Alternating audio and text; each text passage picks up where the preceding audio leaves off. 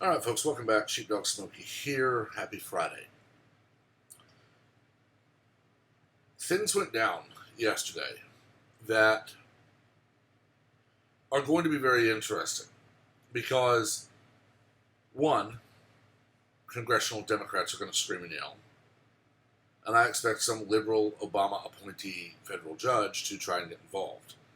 But President Trump issued an executive order basically saying that if a social media company engages in censorship for political gain, basically, they're not censoring threats.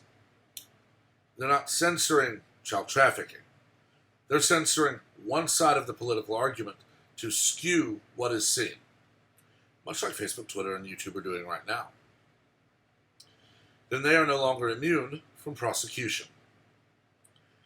I don't in any way think that YouTube, Facebook, or Twitter should be able to be prosecuted when one of their users says something defamatory or just demonstrably false.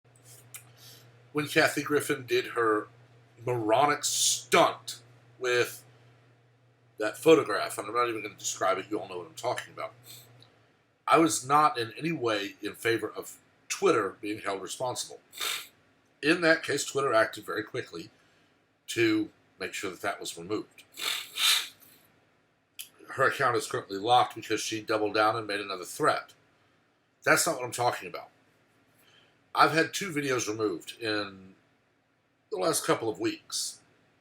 One of them was a video that contained a statement or a speech by Dr. Yvette Lozano of Dallas, Texas. In it, she discusses using a medication that Democrats demand to be all but obliterated from the planet, despite multiple medical doctors saying that it is a very widely used and successful medication for treating many things. The other was my video on right to try. You see, I've listened, read, and watched for stories about that medication. And if I was diagnosed with COVID-19, I would ask my doctor about it. I'm not going to say it's the only thing I'll take. I'm going to listen to my personal physician. As I've said before, my doctor has been practicing medicine for more years than I've been alive. That's why when I reached out to him and I asked, I said, I have none of the symptoms that have been associated with COVID-19. I have a cough, which you know is a smoker's cough. I have none of the rest. Should I wear a mask? He said no. You are in good health for someone of your height and weight, age, who is a smoker. He's told me before that so far I've been lucky because I'm not showing the signs that some people do after 20 years of smoking. He still tells me every time I see him, in passing or in his office or wherever, that I need to quit. He's a very close family friend. My parents were his patients when I was a child. We've known him that long, so he is a family friend. So yes, I see him in passing, or I see him online, and anytime we do have a possibility for even a short talk, he tells me I should quit smoking, just like my mother does every day. And I know I should, and I'm working on it. But he still told me I should not wear a mask. Yet when I tell people that I have asked my doctor, and I tell them what he said, I'm called a liar.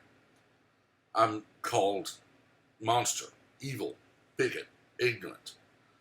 Told I should be jailed so that I don't put people at risk. When I had my videos pulled down, I appealed as soon as I got that notice. Within minutes, I was told, basically, nope, sorry, we're going to stick to it. I didn't get a channel strike, which means that they know I didn't break any rules. But either I have attracted the ire of some troll in their department of reviewing videos, or someone has just decided to report every video where I mention that medication by name. And YouTube, being YouTube, says the same thing It was joked about on Family Guy. 2 people complain. That means 2 million people are offended. So censor. But with yesterday's executive order, social media companies are no longer completely immune from prosecution. If someone uses their platform to commit crimes, sure, they're not liable for that person misusing their platform. But if they engage in political censorship, then they are not immune. The Democrats harped for 3 years about Russian meddling in our election, while they ignore Facebook, YouTube, and Twitter, Google, and other big tech companies doing all they can to influence our elections. And the reason is, when Facebook, Twitter, Google, YouTube, or any of them do this, they're not having to pay anything extra to do it. It's not like they have to record the man hours to do it and write it off as a political donation. They just call it community guidelines.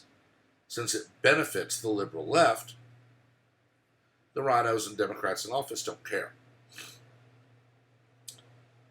2016 was different because we had an outlier that no one thought would win, but he won. There is no element of surprise now. The world has seen Donald Trump as president, and a large portion of the U.S. citizenry approve. But come November, you can bet that Twitter, Facebook, and YouTube will have been working triple time to censor and direct everything they can to say, no, don't vote for the man who lowered your taxes. Don't vote for the man who closed the borders when there was a pandemic. Don't vote for the man enforcing our laws and doing it rightly. Vote for this person who will open our borders and tax you into oblivion. I've reported posts where I've been directly threatened on social media. Nothing happened. I got reported for calling Joe Walsh a pansy, and he is. And I was booted from Twitter until I deleted it. That is not enforcing community safety. That is a biased enforcement of the rules. And it's wrong, plain and simple. Anyway, I've gone on about this long enough. I'm going to get back to my books. I'm going to get back to what I love to read. And until next time, let me know what you think. As always, be civil. We're here to dissent, discuss, and debate, not scream and yell like toddlers. Make sure to like and share to widen the conversation, and make sure to subscribe so you're part of the channel, and the giveaway at 500, 1,000, and 1,500 subscribers. Until next time, have a wonderful day.